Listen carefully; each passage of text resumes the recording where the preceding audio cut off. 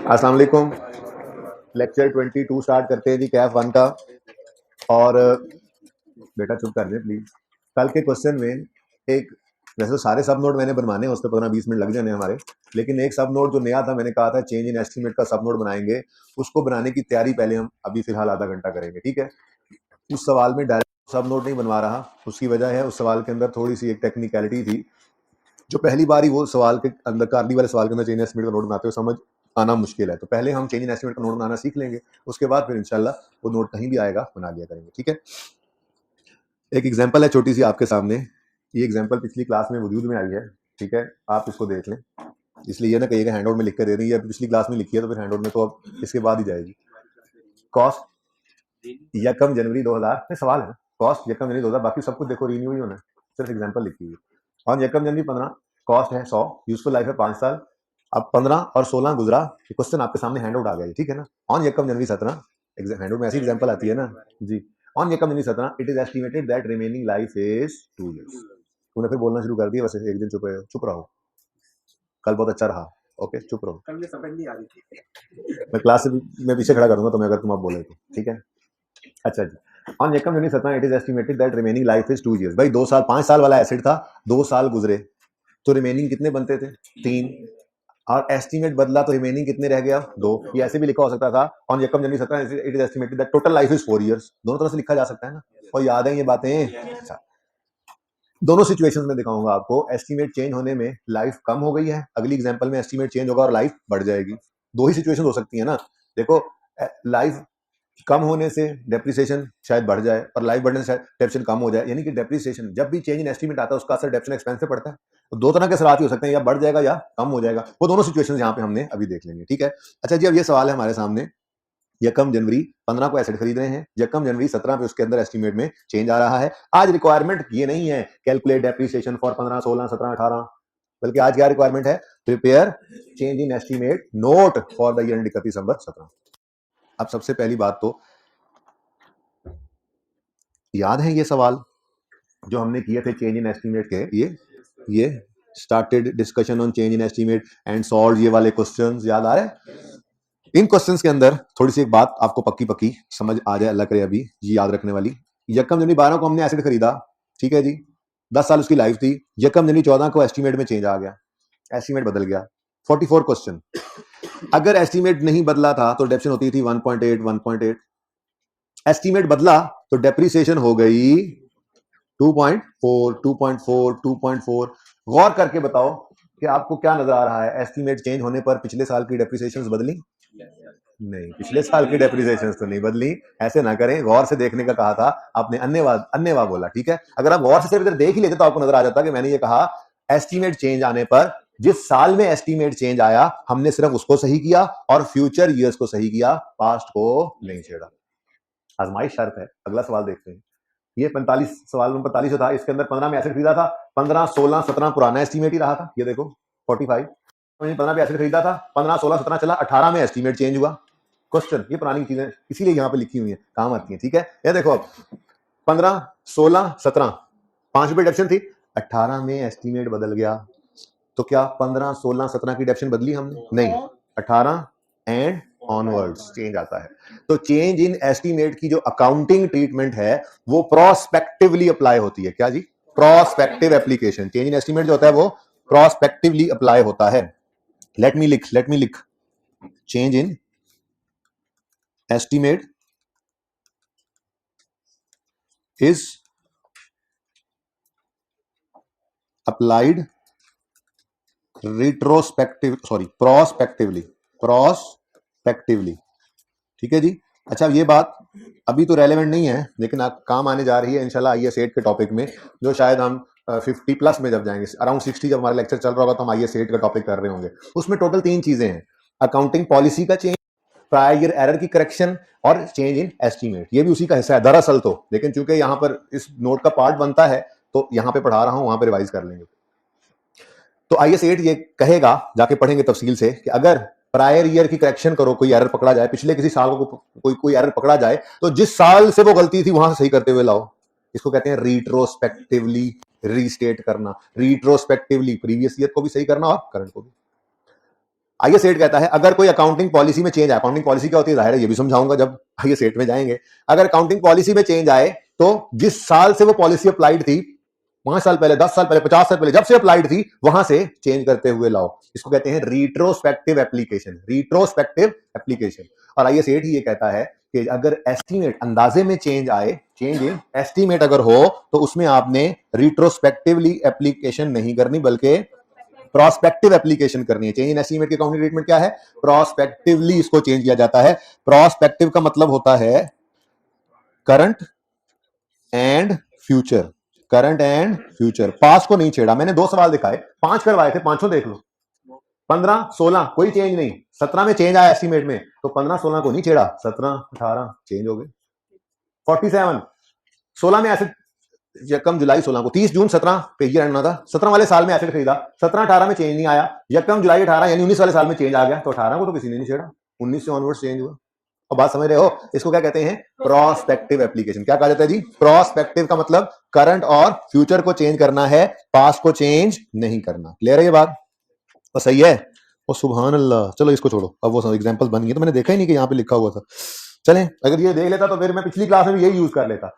Anyways, अब क्या हो सकता है? चलो ये हो सकता है कि आपकी क्लास में एक एक्स्ट्रा सवाल यहाँ पे भी करवा दूंगा, ये तो सब तैयार शुदा होगा ना, ठीक है, फटाफट, और फिर उनको कल करवा दूंगा ये, ठीक है। अब ये याद करवाना। बहरहाल क्या जी याद रहा? ये असल में ना मैंने वो जब आपको करवाया था ये उस वक्त किया हुआ है, चेंज एस्टीमेट जिसने किया था यही काम किया था ना, ये ऑप्शंस लिए थे। बहरहाल छोड़ो, देखते हैं करना या नहीं करना। चेंज इन एस्टीमेट की अकाउंटिंग ट्रीटमेंट कैसे करोगे? प्रोस्पेक्टिवली। प्रोस्पेक्टिवली का मतलब क्या होता है? करंट और फ्यूचर को सिर्फ छेड़ना है, पास्ट को नहीं छेड़ना, ठीक है। एक तो ये बात जहन में रखने वाली है। अच्छा जी, तो हम ये एग्जाम्पल देख रहे थे। एसिड कितने का खरीदा है हमने जी? एसिड कितने का खरीदा? 100, 100 रुपए का, ठीक है।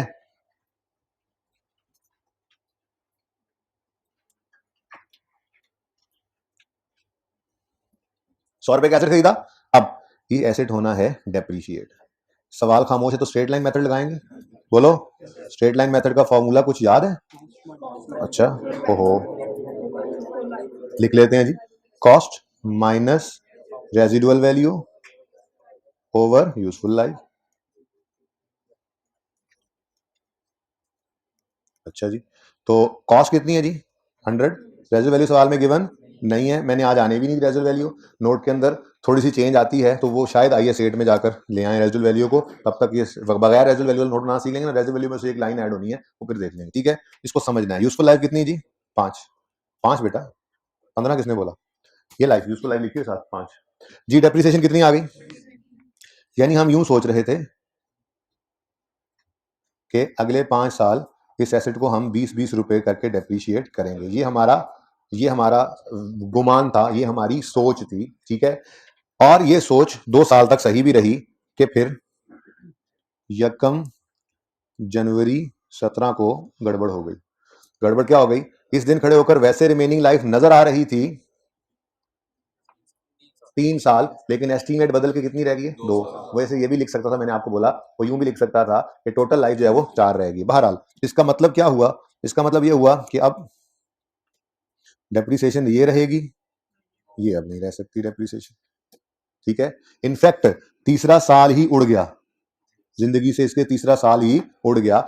जिस दिन एस्टीमेट में चेंज आता था, अगर आपको याद हो तो आपको सिखाया था, उस दिन खड़े होकर बुक वैल्यू कैलकुलेट करते हैं। कैसे करेंगे जी book value calculate? Cost minus depreciation आज तक की, तो 100 में से 20 और 20 40 गए तो बाकी कितने बच गए? 60। ये 60 is the book value at the date of change in estimate, ठीक है। अब ये फॉर्मूला में क्या चेंज आता था, कुछ याद है? Book value at the date of change in, कुछ यादें ताजा हो रही? Book value at the date of change in estimate minus revised residual value over remaining useful life. Remaining life कर लें जी। तो बुक वैल्यू कितनी है? रिवाइज रेजिडुअल वैल्यू पहले ही कोई नहीं थी। रिमेनिंग लाइफ सवाल ने कही कितनी?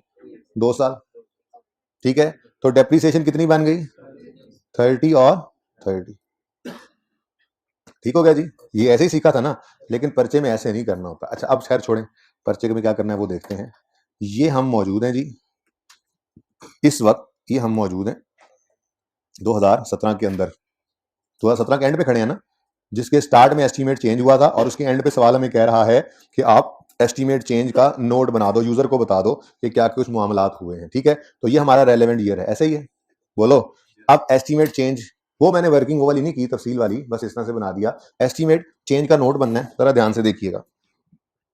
सबसे पहले तो आपने ये जो बात हुई है अंग्रेजी में लिख के बतानी है। बताओ जी, अंग्रेजी में लिखो, क्या होगा, क्या लिखोगे? आप बताओगे क्या लिखोगे, बोलो और बोलो गूंगो। During the year life of asset change from 5 to 4 साल, या रिमेनिंग लाइफ लिखनी है तो लिखो remaining life of asset change from 3 to 2 years. ये बात लिखनी को मुश्किल थी, मुंह चूक के बैठे थे। तो सबसे पहले क्या करोगे, company name, notes of financial statement for the end 31/17 और नोट का नाम लिख दिया चेंज इन एस्टीमेट। हाँ, अगर ये पीपीई के नोट के सब नोट के तौर पे बनाना है तो वो तो फिर ऑलरेडी चल रही होगी नंबरिंग, जैसे कल चल रही थी कुछ 7.6 जो भी था 4, 5 वो लग जाएगा, लेकिन फिलहाल तो ये अलग अलग सवाल है ना। ठीक है, तो ये नोट नंबर आ गया, नोट का नाम आ गया। अब सबसे पहले हम क्या लिख रहे हैं जी, हम अंग्रेजी में ये लिख रहे हैं जो ऊपर वकूफ पजीर हुआ वो यूजर को लिख के बता रहे हैं। ड्यूरिंग द ईयर 2017 लिखने की जरूरत है कोई?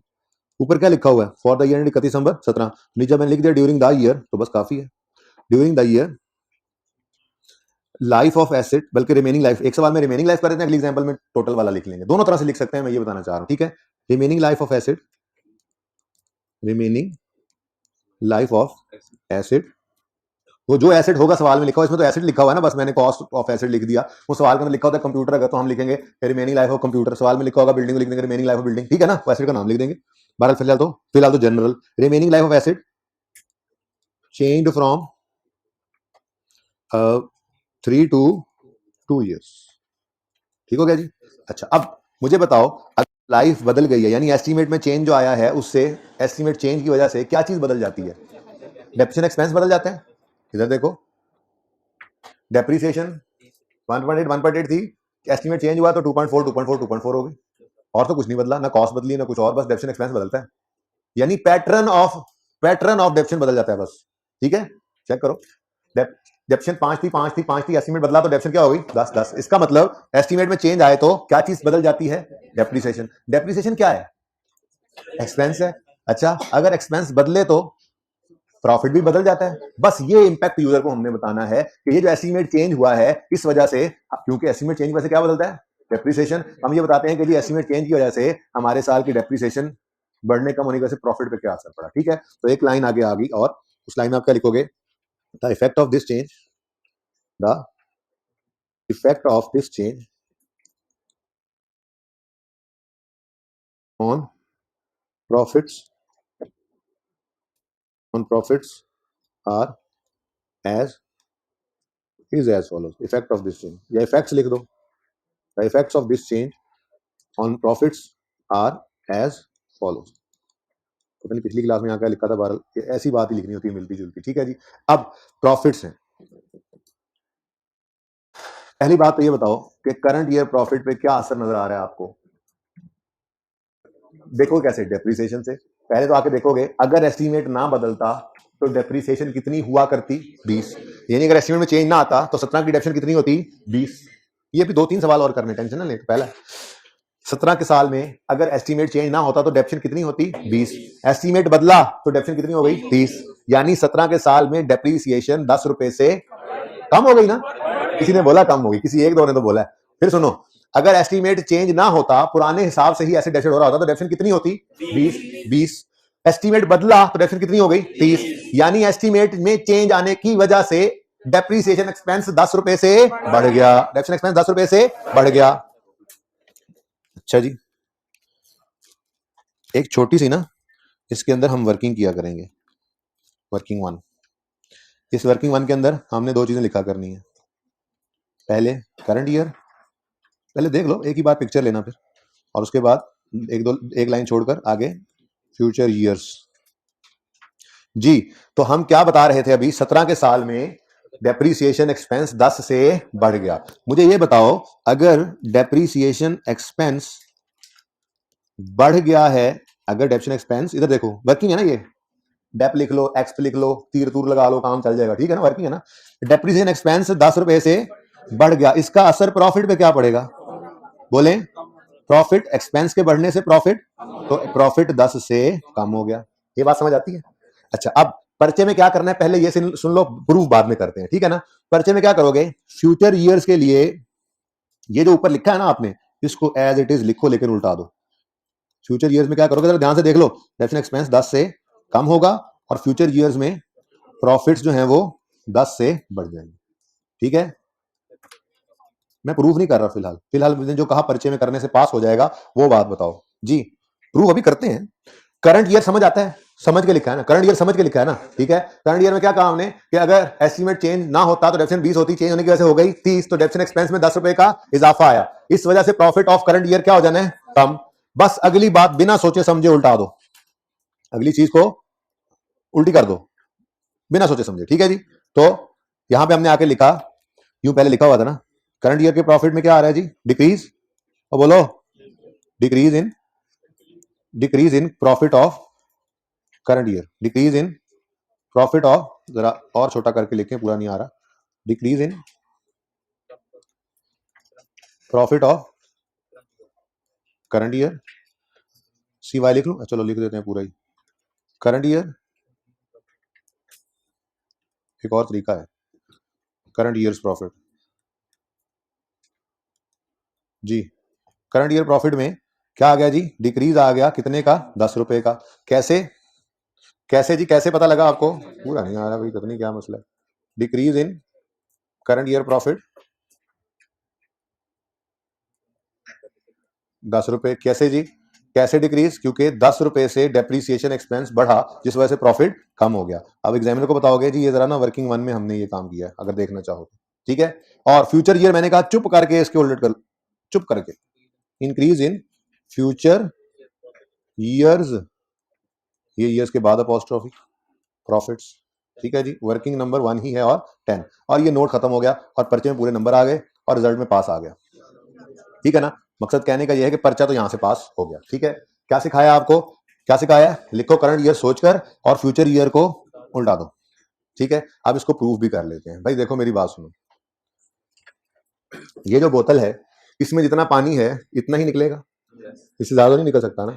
एक एसिड जो है अगर इसकी कॉस्ट 100 रुपए है तो वो मैक्सिमम 100 रुपए ही डेप्रिसिएट होगा, बोलो। पैटर्न बदल सकता है, किसी साल में ज्यादा किसी में कम, लेकिन मैक्सिमम 100 का एसिड 150 डेप्रिसिएट तो नहीं हो सकता, ठीक है। नेगेटिव एसिड का कोई कॉन्सेप्ट हमारे अकाउंटिंग में नहीं है। 100 का एसिड है तो मैक्सिमम कितनी वैल्यू लूज करेगा, 100 ही लूज करेगा। बात समझ रहे हो। अब करंट ईयर तो है येलो, अब फ्यूचर ईयर्स को देखना, जरा जरा गौर से देखना। फ्यूचर ईयर्स अगर अगर ये चेंज इन एस्टीमेट ना आता, ये कर लेते हैं ग्रीन कलर से जी, अगर एस्टीमेट में चेंज ना आता तो जो बकाया जिंदगी है एसेट की उसमें टोटल डेप्रीसिएशन कितनी होती, 40 नजर आ रही है, ठीक है। एस्टीमेट में आ गया चेंज जिस वजह से फ्यूचर में एक साल भी कम हो गया, देखो आप साल ही न रहा, और फ्यूचर के साल जितने बचे हैं, जितने भी बचे हैं उनकी डेप्रीसिएशन कितनी बन रही है अब, टोटल 30 जमा सिफर कितना, 30। अब खुद देखो हम क्या कह रहे हैं, पहले करंट ईयर डेप्रीसिएशन के इम्पैक्ट, करंट ईयर एस्टीमेट बदला तो डेप्रिसिएशन एक्सपेंस करंट ईयर का 10 से बढ़ गया, 10 से बढ़ गया तो प्रॉफिट 10 से कम हो गया। अब फ्यूचर ईयर्स के बारे में सोच रहे हैं तो क्या नजर आ रहा है, अगर एस्टीमेट चेंज ना होता तो फ्यूचर ईयर्स की डेप्रिसिएशन होती 40, एस्टीमेट चेंज होने की वजह से फ्यूचर ईयर्स की डेप्रिसिएशन हो गई 30, इसका मतलब फ्यूचर ईयर्स में डेप्रिसिएशन 10 रुपए से, भाई जस्ट पैटर्न बदला है। एसिड की अगर बुक वैल्यू इस दिन 60 बच गई है तो ये 60 ने ही बाकी डेप्रिशिएट होना है ना, तो बात समझ रहे हो, तो वो पैटर्न बदल गया बस, ठीक है। अब प्रूव हुई ये बात। मसला ये है कि इसको ऐसे प्रूव करने लगे ना तो पर्चे में फंस भी सकते हैं। एक एसिड आपको उसने सवाल में दे दिया जिसकी लाइफ थी 15 साल, 20 साल, 50 साल, और 3 साल बाद एस्टीमेट में चेंज हो गया, तो क्या आगे 50 साल बैठ के बनाओगे, करंट ईयर को इस तरह से करके फिर फ्यूचर ईयर्स को ऐड करके टोटल करके यहां पे लिखते रहोगे, ऐसे तो फंस जाओगे ना फिर। इसलिए प्रूफ मैंने आपके सामने कर दिया, अभी अगले सवाल में ही कर लेते हैं। अगले सवाल में सिचुएशन डिफरेंट करेंगे, अगले सवाल में लाइफ बढ़ाएंगे जिससे डेप्रिसिएशन कम होगी, तो दूसरा ऑपोजिट, 2 ही ऑप्शन हो सकते हैं ना, उसको भी देख लेंगे। प्रूफ वहां पे भी यही होना है। तो यहां 2 सवालों में प्रूफ कर देता हूं। बच्चे के लिए सिर्फ इतनी सी बात याद रखनी है, बच्चे के लिए सिर्फ ये याद रखना है, करंट ईयर को सोच के लिखो, क्यों सामने है, ये साल तो बनाना ही बनाना है ना हमने। करंट ईयर में क्या कहेंगे कि इस साल में एस्टीमेट चेंज होने की वजह से डेप्रिसिएशन एक्सपेंस 10 से बढ़ गया तो प्रॉफिट 10 से कम हो गया। अगली बार बात सोचे समझे बगैर आंखें बंद करके लिखो, अगर ये बढ़ गया तो फिर ये कम होगा, यहां तो प्रूव हो रहा है। यहां तो प्रूव हो रहा है, ठीक है, लेकिन पर्चे में प्रूव नहीं करेंगे। ओके, सही है। बल्कि ये चीज भी कैलकुलेट करने का तरीका क्या होगा, हम यहां पर एक छोटी सी और वर्किंग कर लिया करेंगे, इसको 1.1 में कह देता हूं। ये मुश्किल सवालों के लिए तैयार कर रहा हूं आपको। इसमें हम कहेंगे जी डेप्रीसिएशन विद ओल्ड एस्टीमेट कितनी है जी? डेप्रीसिएशन इस साल की, करंट साल की कितनी है जी? ओल्ड एस्टीमेट से नजर आ रही है 20, पर मैं वर्किंग तरह सिखा रहा हूं। और डेप्रीसिएशन विद न्यू एस्टीमेट, आप कहोगे जी नहीं ऐसे नहीं, हमें कैलकुलेशन करके दिखाया। तो जी कैलकुलेशन कर लो। अगर ओल्ड एस्टीमेट होता तो 100 डिवाइडेड बाय 5 के हिसाब से चल रहा था ना, और अगर न्यू एस्टीमेट है तो 100 डिवाइडेड बाय 5, तो ये 60 डिवाइडेड बाय 2 किया आपने, ऐसे ही है। तो ये ऐसे डेप्रिसिएशन निकल आया करेंगे दोनों वर्किंग में। वो टाइमलाइन कौन बनाए बैठ के भाई? फारिग थोड़े ये टाइमलाइन बनाते रहे, ऐसे फॉर्मूला लिखते रहे, ये तो पर्चे में समझाने के लिए आपको किया मैंने, ठीक है।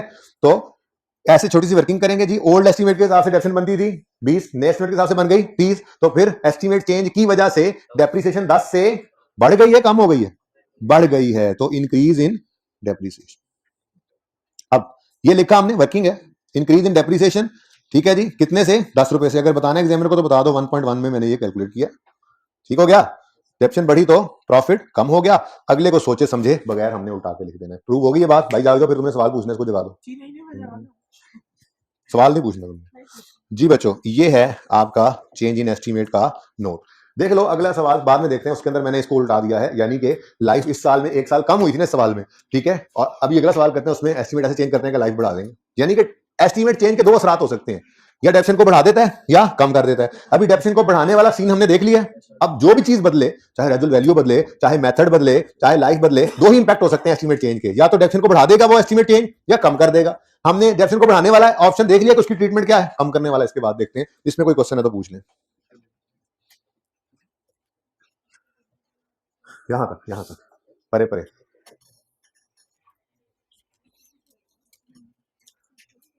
बस ये फजूल काम करते रहे। पिछली क्लास में ही मसला होगा, बना लेना पिक्चर।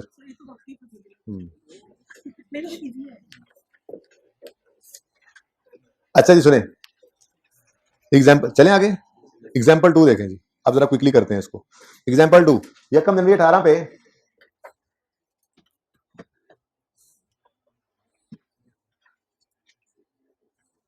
इसको 240 कर लें यार, पॉइंट्स में जवाब ना आए। पिछली क्लास में पॉइंट्स में मतलब राउंड नहीं हुआ था, तजर्बा। अच्छा जी, इसी कहते हैं ना एक्सपीरियंस। 240 एसिड की कॉस्ट है, यूजफुल लाइफ है 4 साल, और 18 19 2 साल पुरसुकून तरीके से गुजर गए। अब बाकी रहते थे 2 साल, और वो कह रहा है नहीं जी 20 के अंदर उन्होंने कहा कि जी अब रहते हैं 3 साल। ये ऐसे भी लिखा हो सकता था, ऑन यकम जनवरी 20 it is estimated that total life is 5 साल। दोनों तरह से लिखा जा सकता है, ठीक है ना। तो रिमेनिंग हम खुद निकाल लेते। लो भाई, कितने का एसिड है? 240 का। बस कि अब हम फॉर्मूलाज लिखते रहेंगे अंग्रेजी में, ऐसे थोड़ी करेंगे हम। तो यहाँ पे आके बस कैलकुलेशन कर देंगे। इतने नीचे आगे क्या करने के क्वेश्चन ऐसे कर लेते हैं जी। Calculation, cost minus residual value over useful life. 4 है बोलो। तो डेप्रिसिएशन एक्सपेंस कितना आ गया जी? 60 का। तो ये हमने सोचा था कि जी 60 60 60 और 60 ये डेप्रिसिएशन होगी। लेकिन यकम जनवरी 20 को क्या हुआ? एस्टीमेट में आ गया चेंज। लाल रंग के मार्कर से हमने सबसे पहले यहां पर निकालनी है बुक वैल्यू। 240 में से -60 और -60 कितना बन गया? 120। लेकिन ये तो हमने लाल मार्कर से लिखना है, क्योंकि पिछले सवाल में इधर देखो हमने लाल मार्कर से लिखा था, ठीक है जी। तो लाल मार्कर से हमने यहां पर आकर लिखा 120। लाल मार्कर को थोड़ा बोल्ड भी किया। ओके नाउ, अब ये डेप्रिसिएशन रेलेवेंट नहीं रहेगा, क्योंकि एस्टीमेट में आ गया चेंज। अब नया फॉर्मूला क्या है जी? हम book value at the date of change को डिवाइड करते हैं रिमेनिंग लाइफ है। वो कह रहे हैं अब 3 हो गई है, बताओ जी कितना? 40 40 और 40, ठीक है जी। और सही है, पूरा 1 साल बढ़ गया डेप्रिसिएशन का। पहले ये साल नहीं था एसिड की लाइफ, ठीक है। अब हम खड़े कौन से साल में हैं? बोलो, खड़े कौन से साल में हैं? और देखो, prepare note of change in estimate for the 31 दिसंबर 2020, खड़े कहां पे हैं? तो इसको कर देता हूं मैं येलो आपके लिए, जैसे पिछले सवाल में किया था येलो, ठीक है। ताकि बिल्कुल एक, सिर्फ हमने क्या किया है, इफेक्ट को बदल दिया, इफेक्ट बदल दिया, ठीक है ना। तो ओहो चलो जी, अब सिर्फ करंट ईयर को देखेंगे पर्चे के लिए, तो काफी ये बात इतनी कि करंट ईयर को देखेंगे और फ्यूचर को उल्टा देंगे बस, ठीक है। चलो जी, पहले अंग्रेजियां मारते हैं जी, बोले जी, अब तो आप मार लेंगे अंग्रेजियां, बोले बोले बोले ड्यूरिंग द ईयर। अच्छा, पिछली दफा रिमेनिंग लाइफ बोली थी ना, इस दफा टोटल लाइफ देखना सीख लेते हैं, ठीक है। During the year total life of acid, total life of asset change from 4 to 5 years। अच्छा, अगर मेथड बदल जाए तो क्या लिखेंगे, method of depreciation change from straight line to reducing balance. रेजिडुअली बदले तो कहेंगे रेजिडुअली चेंज फ्रॉम इतने, तो जो चेंज होगी वो लिख देंगे, ठीक है। अच्छा, फुल स्टॉप। उसके बाद the effect of this change on the effect of this change on profits is as follows. अब देखो भाई, करंट ईयर और फ्यूचर ईयर होगा, ऐसे ही है।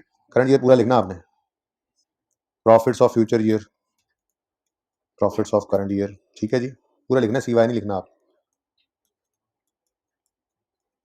ठीक है। अब इनमें इंक्रीज या डिक्रीज होना है, ओके। अच्छा जी, अब छोटी सी एक वर्किंग करते हैं। वो वर्किंग क्या है जी, करंट ईयर सीवाई लिख लेना था, चलो, और फ्यूचर ईयर, फ्यूचर ईयर्स।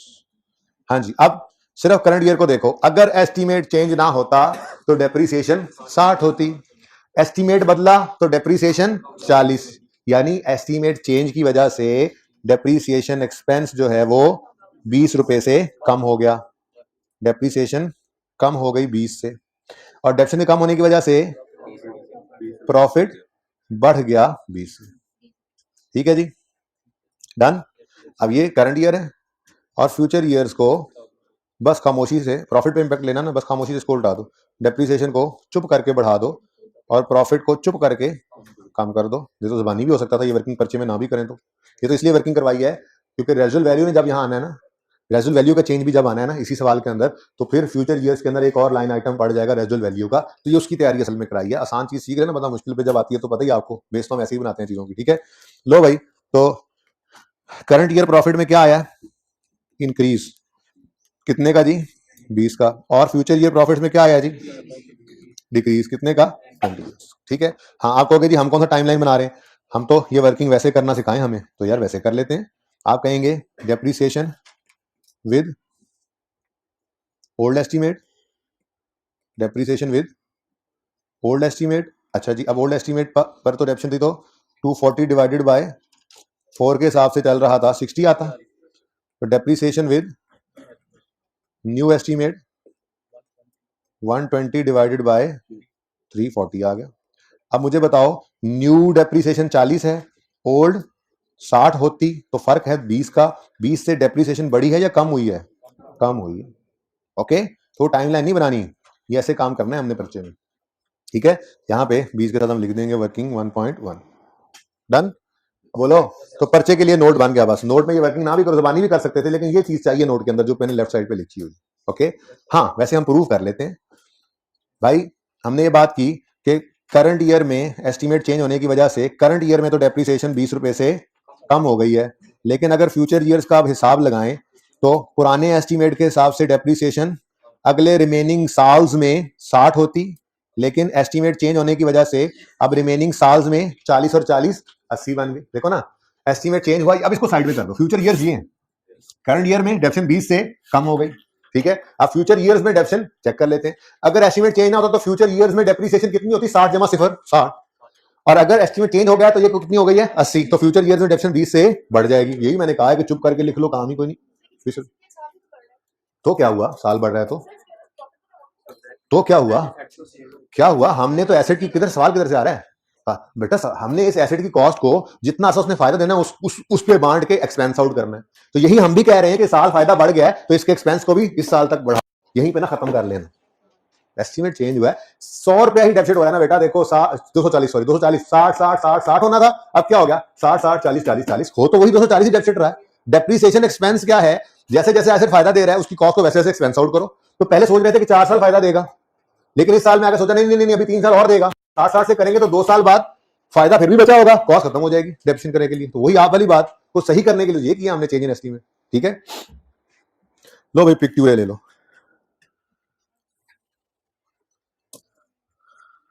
लेना पिक्चर। अच्छा, फिर भी पिक्चर ले, नहीं नहीं।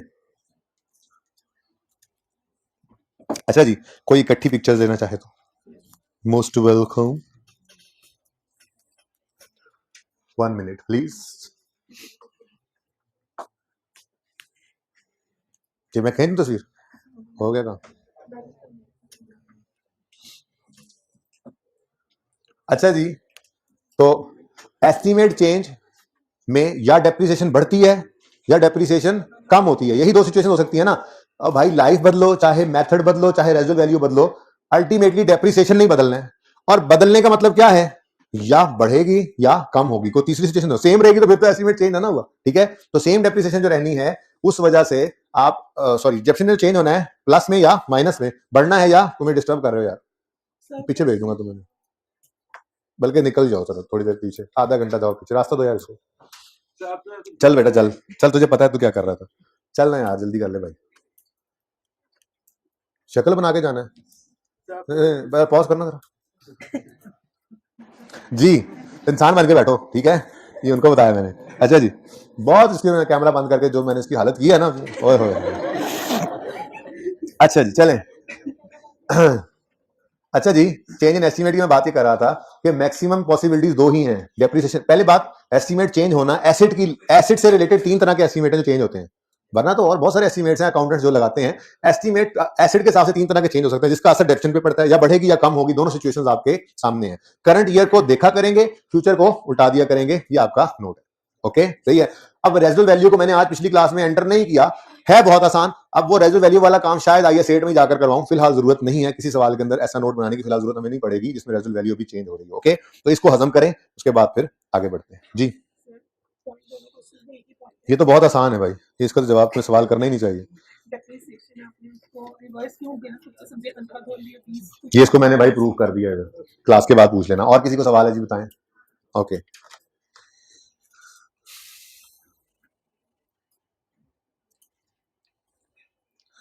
ये देखें जी, इस सवाल को देखें, ये सवाल देखा देखा लग रहा होगा आपको।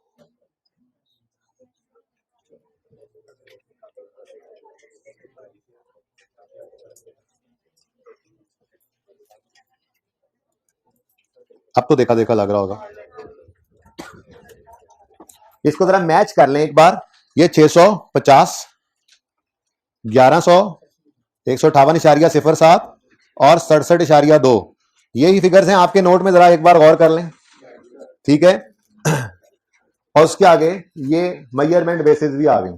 ठीक हो गया, तो ये नोट मैंने आप क्लास में कल बनवा दिया था। ठीक है, लकीली ये नोट पिछली दफा के नोट्स में से इधर निकल आया, तो बड़ा फायदा होगा पिछली क्लास में। पिछली दफा थोड़ा सा तबीयत की खराबी की वजह से बोर्ड की बजाय इधर कर रहा था सवाल में उन दिनों में, तो खैर ये सवाल उन दिनों का किया हुआ काम कैसे आ गया, इसके सब नोट्स कल बनाना रह गए थे। कितने बच्चों ने घर पे ट्राई किया इनको, यकीन मानो पिछली क्लास में आप लोगों से डबल थे बच्चे जिन्होंने घर पे सब नोट्स बनाए खुद से। ओके, फिर कहते हैं हम नालायक नहीं है, ये तो वही बात होगी, हम पागल नहीं है। हर पागल यही कहता है, ऐसे ही हर नालायक यही कहता है। ले भाई, ये 3 सब नोट्स मैंने कहा था अगर सवाल में रीवैल्यूएशन आ जाए तो ये 3 सब नोट्स लाजमी हैं। पहला, लास्ट रीवैल्यूएशन कब हुई। दूसरा, अगर रीवैल्यूएशन ना होती तो बुक वैल्यू क्या होती। अगर रीवैल्यूएशन ना होती तो बुक वैल्यू क्या होती, कल लिखा था हमने। ठीक है, दूसरा सब नोट ये। तीसरा सब note, movement in revaluation surplus. तो मैंने कहा है कि ये अगर रीवैल्यूएशन आ जाए तो ये 3 सब नोट्स मस्ट हैं, लाजमी बनेंगे। उसके अलावा हर सवाल के 1-2 सब नोट्स मुख्तलिफ होते रहा करेंगे, वो जरूरत के हिसाब से। चेंज एस्टीमेट आए तो उसका सब नोट बनाना सीख लिया, अगर कैपिटल वर्क इन प्रोग्रेस आ जाए तो उसकी मूवमेंट बना लेंगे, ऐसे ही कैपिटल वो बोरिंग कॉस्ट जब पढ़ लेंगे तो उसका डिस्क्लोजर सब नोट बनाना सीख लेंगे। वो तो जैसे जैसे आते जाएंगे सीखते चले जाएंगे। लेकिन अगर रीवैल्यूएशन है तो ये 3 सब नोट्स लाजमी। ठीक है, बाकी ये तो मैं इसको नंबर 5.1 दे दिया है, लेकिन लास्ट टाइम तक मैं इसको नंबर ही नहीं देता था, 5.1 इसको बोलता था। तो बच्चों को ये कहता था कि ये तो समझो नोट की मेन बॉडी ही है। ठीक है ना, तो लेकिन आईक्यू में सॉल्यूशन में 5.1 किया हुआ था तो फिर मैंने भी इजाफा कर दिया। फर्क कोई नहीं पड़ता, नंबर पूरे ही मिलते हैं उससे भी, लेकिन चलो एक जैसा हो जाता है जरा काम। अच्छा जी, अब ये 3 सब नोट्स जो आपने बनाने थे माशाल्लाह से आपने नहीं बनाए एज यूजुअल। ठीक है जी, तो ये सवाल किधर है, यही है ना, ये यही सवाल था ना जो हमने कल किया। ठीक है, अब सारा नोट बन गया, सवाल कर लिया हमने, सारा नोट बन गया, यहां तक बुक वैल्यूज निकल आई, ये सब आपने लिख लिया। अब सब नोट्स आगे शुरू हो रहे हैं। सबसे पहला सब नोट है, असल में ना स्टैंडर्ड की रिक्वायरमेंट जो है, मैं डिस्क्लोजर पढ़ाऊंगा आपको अंग्रेजी में जाके। स्टैंडर्ड की रिक्वायरमेंट है, आप दो चीजें बताओ, एक इफेक्टिव डेट ऑफ रीवैल्यूएशन, आखिरी रीवैल्यूएशन कब हुई थी, और दूसरा whether an independent valuer was involved. ये दोनों बातें स्टैंडर्ड की रिक्वायरमेंट है कि बताओ। अब कल वाले सवाल के अंदर नहीं, परसों वाले सवाल के अंदर तो इंडिपेंडेंट नाम अवेलेबल था, ठीक है, या आज टेस्ट वाले सवाल के अंदर इंडिपेंडेंट नाम अवेलेबल होगा, ठीक है। लेकिन इस सवाल के अंदर, मतलब कहने का यह है कि अब आईकैप के सवालों के अंदर भी आपको नाम मिलेगा, ऐसा नहीं होता कि नाम ना मिले, लेकिन इस सवाल के अंदर नहीं लिखा होता। सिर्फ क्या लिख दिया था इन्होंने, during 15 following transaction took place on 31 December 15, land building were revalue to 1750, of this amount 650 related to land, बाकी building original cost 500, remaining life is 40 साल। कहीं पे ये नहीं लिखा कि किसने रीवैल्यू किया, लिख देता तो वो नाम हम लिख लेते हैं। कहीं पे ये नहीं लिखा कि इंडिपेंडेंट है, खामोश हो तो हम यही अज्यूम करते हैं कि इंडिपेंडेंट रीवैल्यूअर ही है। अब नॉर्मैलिटी को वो सवाल में बताएगा, अगर वो नहीं बोल रहा कि जिसने रिवैल्यू किया इंडिपेंडेंट है या नहीं है, सवाल में नहीं लिखा हो तो मतलब इंडिपेंडेंट ही है भाई। ये आमतौर पर यही होता है, हम किसी फुप्पो के बेटे से, खाला के बेटे से रिवैल्यू नहीं करवाते अपने एसेट्स को। इंडिपेंडेंट बंदा होना चाहिए, एक्सपर्ट होना चाहिए जो रिवैल्यू करेगा एसेट्स को, ठीक है ना। तो चले बहरहाल, अब क्या हो सकता है। अब वैसे तो पर्चे के अंदर सिर्फ इतना लिख देना बहुत बहुत है, क्या, last revaluation was performed on 31 December 15। अब इन सवाल की इंफॉर्मेशन के मुताबिक इतनी बात काफी, और इस पे पूरे नंबर मिल जाएंगे क्योंकि उसने कोई बात लिखी नहीं हुई। हाँ, लेकिन अगर खामखा तकलीफ हो रही है, ऐड करना ही चाह रहे हो कोई बात, तो इतना सा लिख दो, bye 31 December 15 bye ABC XYZ, ठीक है, an independent firm of valuers. Okay, ये मैंने वैसे जबरदस्ती लिखवाया आपको, अगर नहीं लिखोगे तो कोई जरूरत नहीं है, आईकैप नंबर नहीं काटेगा क्योंकि उसने सवाल के अंदर खुद नहीं लिखा हुआ, ठीक है। लिख देगा तो फिर आप भी लिखेंगे, जैसे टेस्ट वाले सवाल में आज लिखा होगा, जैसे पास पेपर में लिखा हुआ मिलेगा आपको, ठीक है, तो आपने भी लिखना है, इसके नंबर होते हैं। डन हो गया। नेक्स्ट क्या था, नेक्स्ट क्या था, अगर रिवैल्यूएशन ना होती तो बुक वैल्यू क्या होती, had there been no revaluation. असल में ना ये दो सवाल ऐसे हैं, फैम और कार्ली, बहुत मुश्किल एडजस्टमेंट को इसमें नहीं डाला गया वैसे आईकैप की तरफ से, लेकिन ये दो ऐसे सवाल हैं, ये दोनों अच्छे तरीके से आ जाएं तो आप नोट वाला सवाल 50-60% हर सवाल करने के काबिल हो जाते हो। इसलिए इनके ऊपर समझ लो, मैंने आज ये तकरीबन तीसरा दिन है इसके ऊपर, ठीक है, 2 सवालों पे लग रहा है, कोई बात नहीं, इसको मुकम्मल करेंगे तसल्ली से, क्योंकि ये ऐसे सवाल हैं जो पासिंग मार्क्स आपको नोट के सवाल में दे जाते हैं, ठीक है ना। बाकी तो फिर प्रैक्टिस है, मुश्किल से मुश्किल सवाल करेंगे, इंटीग्रेशन करेंगे, और अगले टॉपिक्स पर 36 पढ़ेंगे 7 शामिल, 23 पढ़ेंगे 7 शामिल, 20 पढ़ेंगे 7 शामिल, ये होते जाएंगे शामिल इंशाल्लाह, ठीक है ना। इस टॉपिक के अंदर नोट के अंदर ही चीजें ऐड होंगी, ठीक है। तो वो सवालों के अंदर पास पेपर में आ रहे हैं, लेकिन उसके अलावा भी तकरीबन मैं आपसे अर्ज कर रहा हूं कि 50-60% तक सवाल सही सॉल्व करने के काबिल हो जाते हैं आप, प्रोवाइडेड पिछले 19 लेक्चर्स का नॉलेज भी हो आपके पास, वो जो हम सीख के आए वही कर रहे हैं, आप देख रहे हैं। एक बच्चा क्लास में कहने लगा सर एक्सचेंज की ट्रांजेक्शन हमने नहीं की नोट में, तो जब आएगी तो करेंगे, तो आ जाएगी तो क्या मसला होगा, जाने वाला ऐसे डिस्पोजल वाली क्रेडिट कर दोगे कॉस्ट, आने वाले को एडिशन में लिख दोगे, राइट, उसकी डेफिनेशन को, सब कुछ वैसे ही है, बस नोट में जो आपने नॉलेज गेन कर लिया हो बस उसको प्रेजेंटेशन उसकी जो है वो इस तरह से करनी है और कुछ नहीं है। तो कॉन्फिडेंट रहे, ठीक है। टेस्ट के अंदर पूरी जान मारनी है, 1 साल का नोट हो 2 का हो, आपने पूरी जान मारनी, पूरी जान मारनी, समझ आए ना आए पूरी जान आएगी समझ इंशाल्लाह, ठीक है। Had there been no revaluation, वैसे मैंने आप लोगों को जो होमवर्क दिया था उसके अंदर भी सवाल में 2 ही रिवैल्यूएशन, मतलब 2 साल की ही नोट बनाना था शेर दिल वाले में। अच्छा, एक बात वैसे बातों में याद आ गई, बुक अवेलेबल होगी है, काइंडली वो आज लाजमी ले लीजिएगा, कल से नहीं हैंड आउट दूंगा मैं। Had there been no revaluation, क्योंकि वो बहुत नुकसान की बात है, अब मुझे नहीं पता आपका कोई एक हैंड आउट भी आपके पास सलामत है।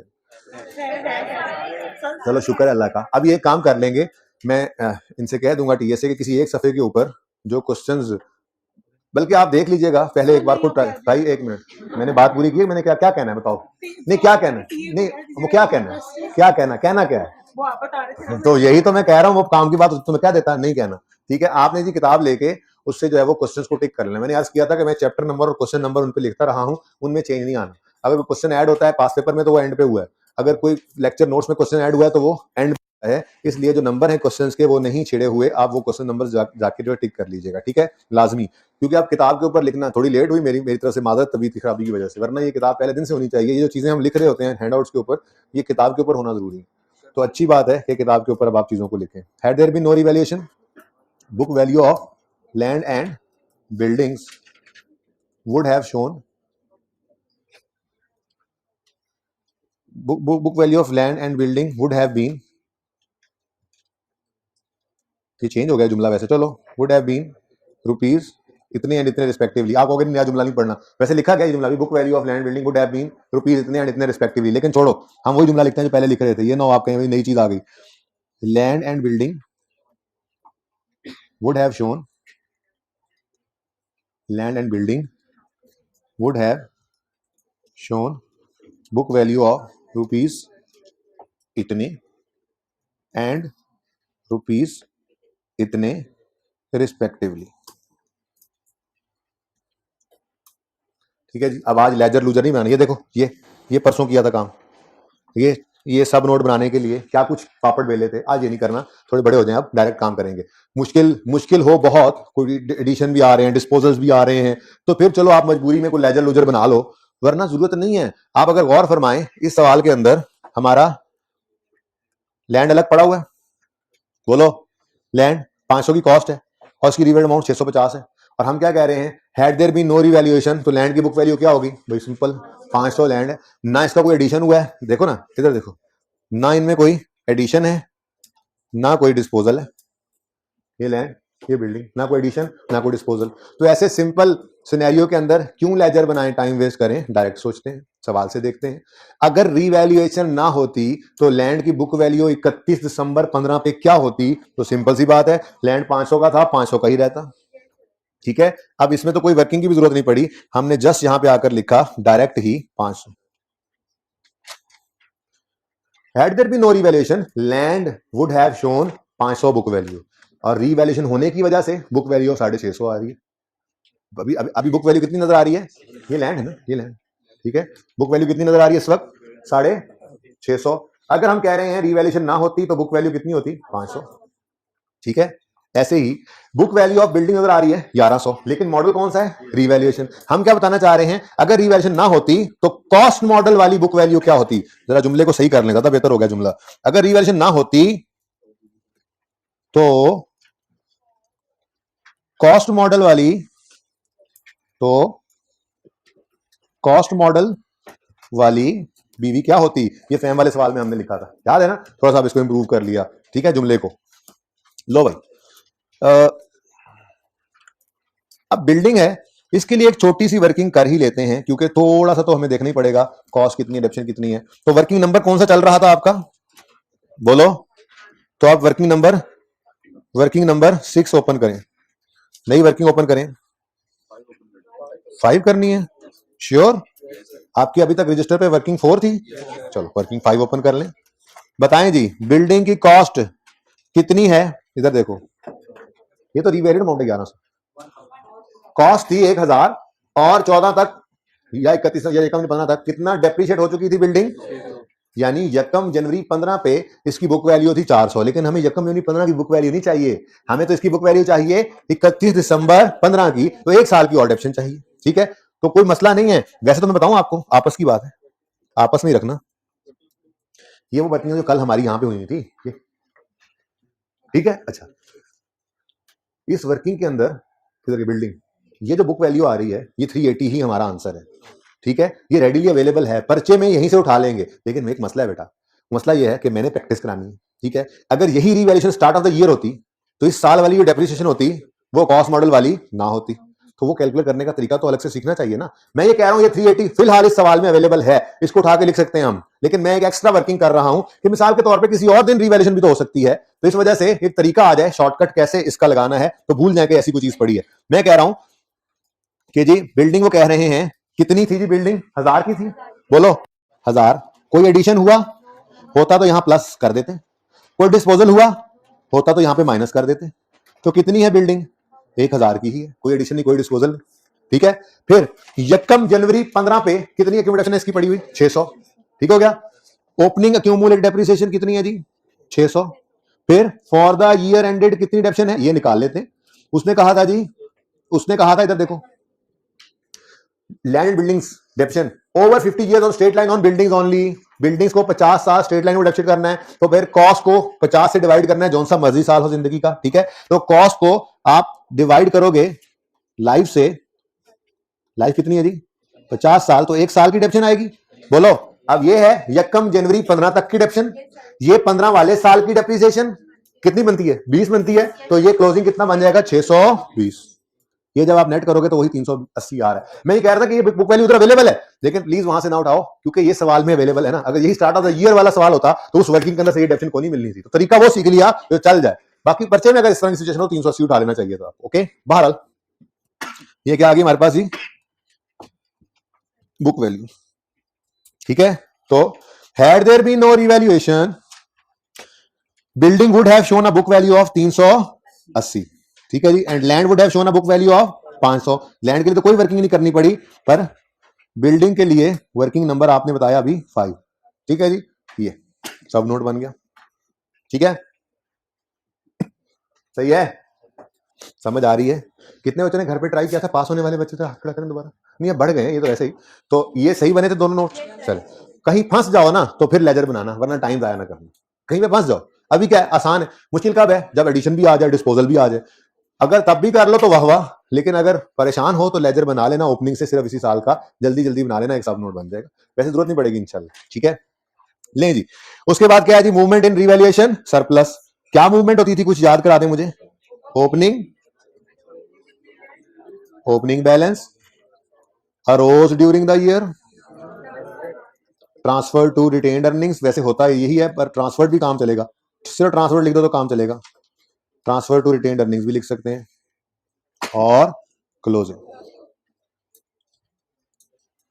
अच्छा बच्चों ये देखो, अभी तक सब नोट्स की बजाय मेन नोट की बात करें तो जब भी इस वर्किंग में आते थे, पीपीई के नोट की मेन बॉडी में आते, मैं कहता था कि नहीं छुप रहा, चले जो भी है ये नहीं है, ठीक है, छुप गया, ठीक है। मैं कहता था पीपीई का नोट बना रहे हो, सरप्लस वाले कॉलम को छुपा लो, ठीक है, और सिर्फ इधर देखो लैंड बढ़ गया, ठीक है ना। अब पीपीई का नोट मेन बन गया, अब मूवमेंट इन रियल सरप्लस का सब नोट बनने लगा है, तो अब मैं कहूंगा इसको छुपा लो, और सिर्फ इस कॉलम को देखो, मूवमेंट इन रियल सरप्लस बन जाएगा। कैसे, ओपनिंग में कितना सरप्लस पड़ा था लैंड का 0, कितना अरोज हुआ 150, ट्रांसफर टू रिटेन्ड अर्निंग्स कुछ नहीं, और क्लोजिंग 150 ही है। अच्छा ये ट्रांसफर टू रिटेन्ड अर्निंग्स इस वजह से नहीं है क्योंकि ये ज्यादा बेहतर बात है, क्योंकि ये लैंड है, ये आधी बात है क्योंकि डेप्रिसिएशन नहीं हुई, तो ये अगले साल डेप्रिसिएशन होगी तो क्या ट्रांसफर होगा, और भाई लैंड डेप्रिशिएट ही नहीं होता।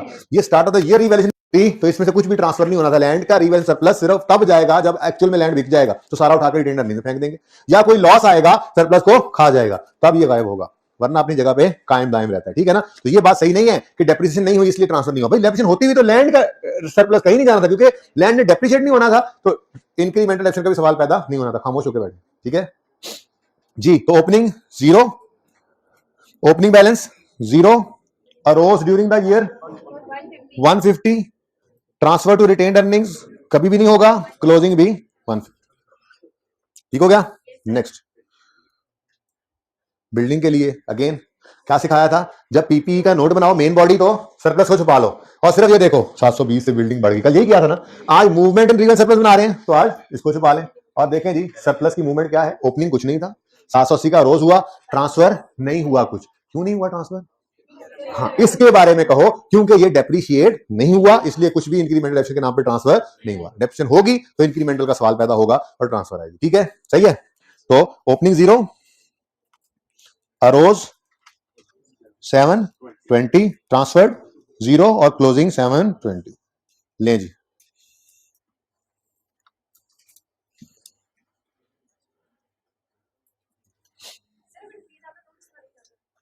किसमें डिक्रीज आया,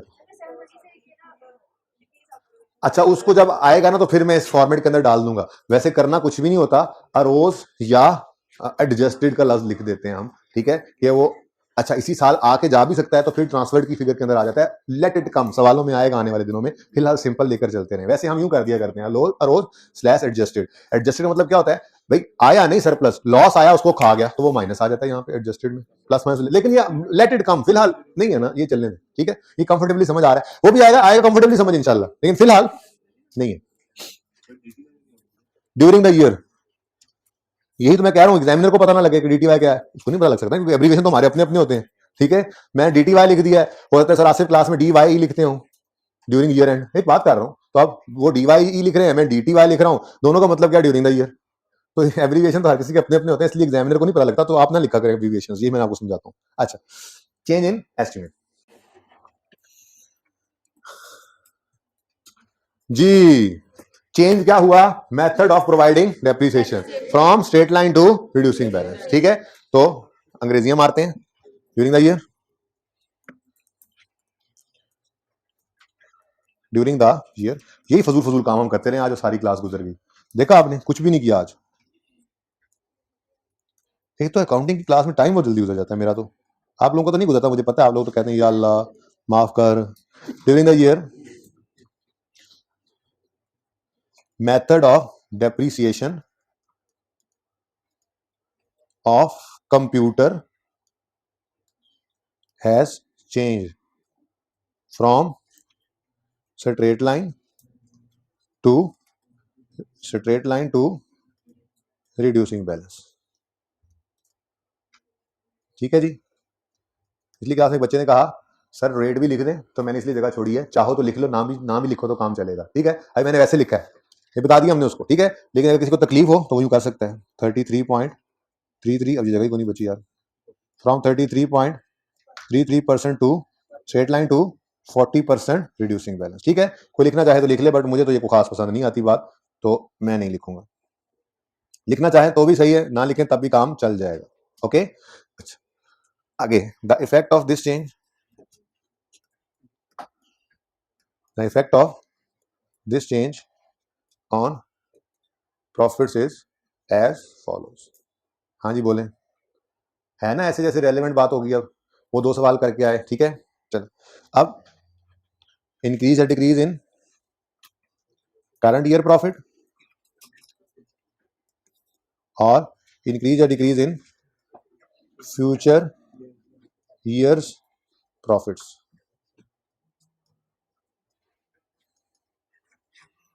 वर्किंग नंबर तो अब मेरे ख्याल में 6 बनेगी, ऐसे ही है ना। चलें 1 मिनट लगाएं, फिर 1 मिनट लगाएं, करें। आप लोग नोट ही करी जा रहे हैं सुबह से बैठे मुंह उठा के, कुछ आपने खुद किया ही नहीं। क्या मुंह दिखाएं घर वालों को आज जाके, क्या मुंह दिखाएंगे आज, हमने कोई भी काम खुद से नहीं किया। जल्दी करें।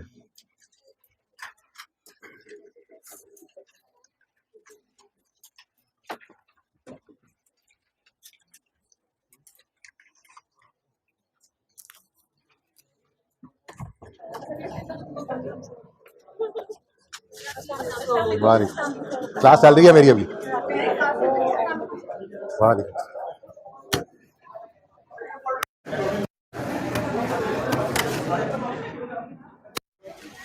समझ आ रहा है? नोट बनाए, नोट बनाए, थोड़ा सा बेटा रास्ता थोड़ा सा।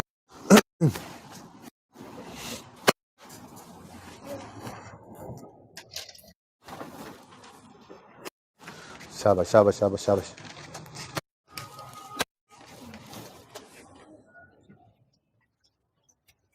हिम्मत करें, किसी ने हिम्मत नहीं की अभी तक।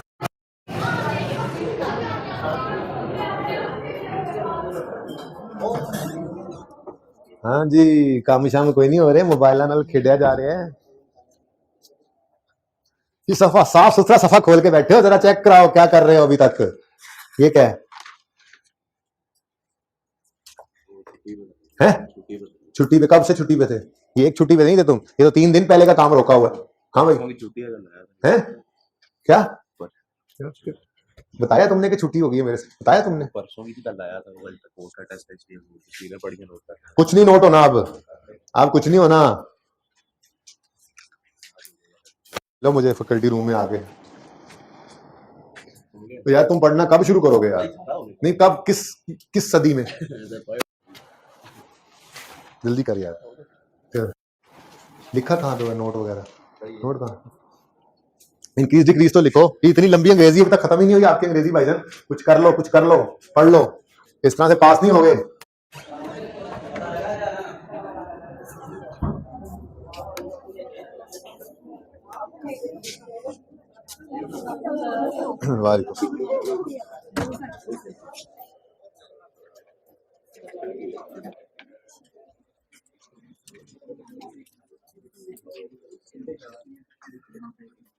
जी अब वो टाइमलाइन वगैरह नहीं बनानी हमने बैठ के। इधर देखें जी, करंट ईयर डेप्रिसिएशन और फ्यूचर ईयर डेप्रिसिएशन निकालने के लिए पहले हम क्या करेंगे, डेप्रिसिएशन का इंपैक्ट निकाल लेंगे। ठीक है, तो डेप्रिसिएशन विद न्यू एस्टीमेट निकली हुई ऑलरेडी, पहले वो यूज कर लें। डेप्रिसिएशन विद, जरा समार्ट करके बातें मत करें भाई आप। डेप्रिसिएशन विद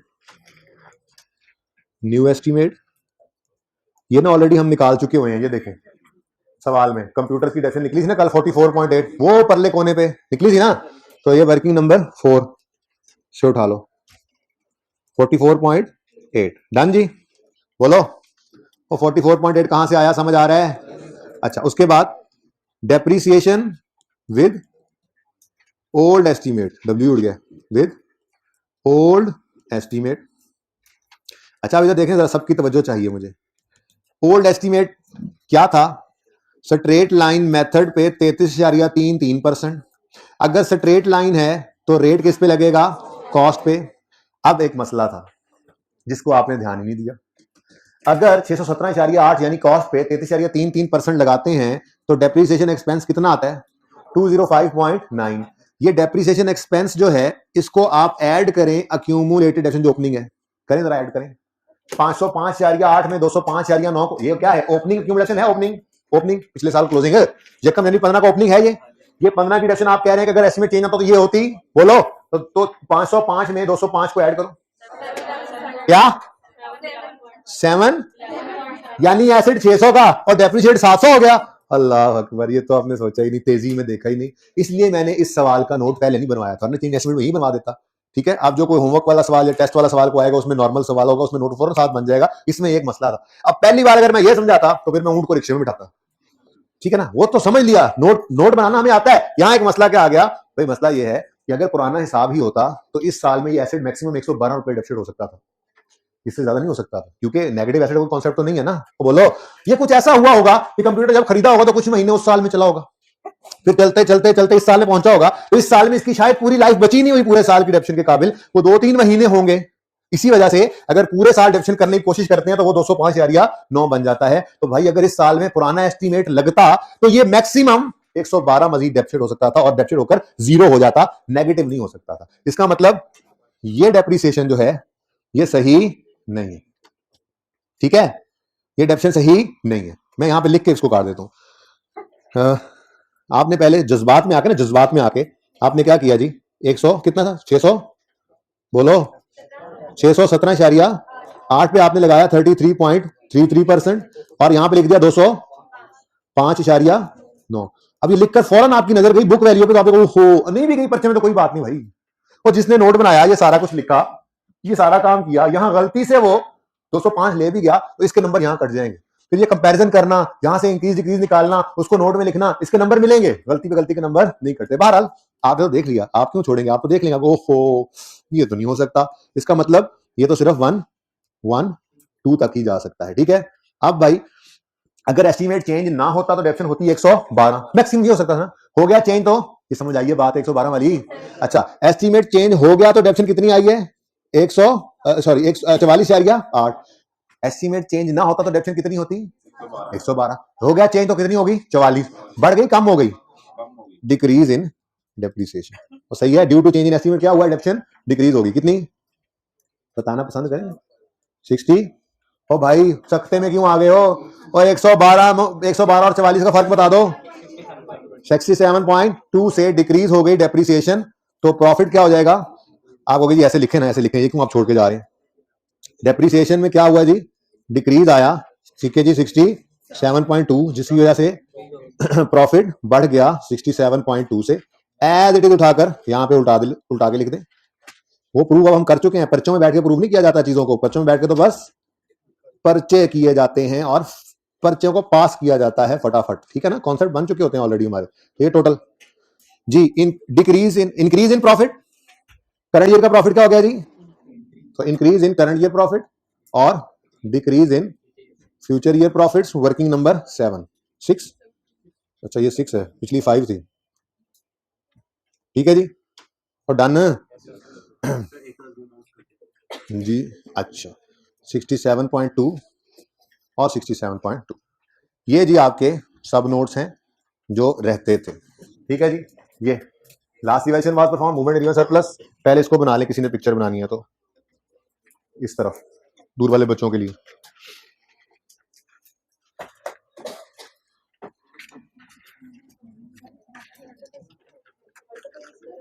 क्या हर दफा क्यों इस तरह होगा? पीछे 2 सवाल किए, इस तरह हुआ तो सिर्फ एक दफा हो गया, हर दफा क्यों होगा? लेकिन हो भी सकता है आपके साथ, आपके लिए अगर हो गया तो हर दफा ही है।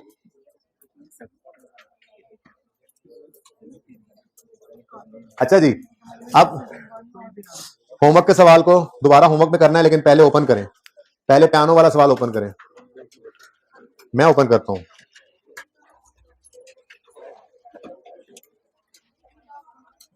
जी। बेटा फिर आप छुट्टी ना करते, क्या समझ नहीं लगी आपको? जी बेटा पी लो, फिर घर जाके कर लेना जी। ये पियानो लिमिटेड प्लीज, ये पियानो लिमिटेड वाला क्वेश्चन जो है ये आपका होमवर्क में था। इसके अंदर एक अजम्पशन मैंने आपको बोली थी, शायद आपने लिखी ना हो, अब लिख लें। अजम्पशन ये है कि चेंज इन एस्टीमेट साल में किसी भी दिन हो, हम उसे साल का पहला दिन अज्यूम करते हैं। ये देखें, चेंज इन एस्टीमेट साल के किसी भी दिन हो, उसे पहले दिन अज्यूम करेंगे। मैंने अज्यूम किया ये 31 दिसंबर 20 है, अगर मिसाल के तौर पे, तो 3 सिचुएशंस लिखी हो सकती हैं पर्चे में। या तो वो यूं लिखेगा जैसे आज तक देखा, ऑन यकम जनवरी 20, तो इसका मतलब तो यकम जनवरी 20 ही लेंगे। कभी कभी वो यूं लिख देगा ड्यूरिंग 20, तब भी हम यकम जनवरी 20 ही लिखेंगे। इवन वो लिख दे on 31 December 20 estimate has been changed, तब भी उसको हमने लेना कब से है? यकम जनवरी 20 से। ये अजम्पशन हमने हमेशा लेनी है। चेंज इन एस्टीमेट साल की किसी भी दिन हो, हम उसे साल के पहले दिन लेकर आएंगे। इस सवाल की खूबसूरती ये थी, इस सवाल में एसिड रीवैल्यू भी हो रहा है, चेंज इन एस्टीमेट भी आ रहा है। तो चेंज इन एस्टीमेट के लिए ये उसूल लगा के सवाल को करना है। ये मैंने सवाल बोर्ड पे करवाना था, लेकिन आज टाइम नहीं बचा। ठीक है, तो ये आज स्टिल होमवर्क में है। उसके बाद शेरदिल वाले सवाल के अंदर कोई मसला आया हो? शेरदिल वाले सवाल में 2 साल का नोट बनाना था। कंपैरेटिव का मतलब क्या होता है? देखो 16 के साल में खड़े हो तो उसका कंपैरेटिव 15, 15 के साल में खड़े हो तो उसका कंपैरेटिव 14। ये कभी नहीं कहना 16 के साल में खड़े हो, बेटा चुप कर जाए प्लीज। 16 के साल में खड़े होकर 17 कभी भी कंपैरेटिव नहीं होता, 17 कभी आया ही नहीं होता। ठीक है, आपने ये 2 साल का नोट बनाना था। ठीक है, अब करना क्या है, दोनों अलग अलग सफे पे बना लो तो बेहतर है। कोई मैनेज कर सके तो बेशक कर लेना। ये सवाल भी अभी तक होमवर्क में ही है जी।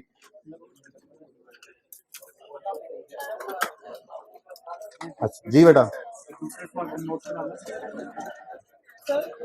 जी भाई बेटा खामोश होंगे तो छुट्टी होगी, बोलो।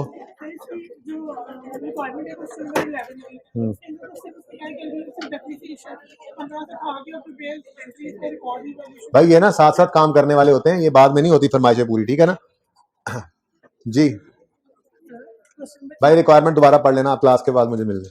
ठीक है जी, होमवर्क के अंदर 11 और रहता है अभी कौन सा, ये नहीं ये था।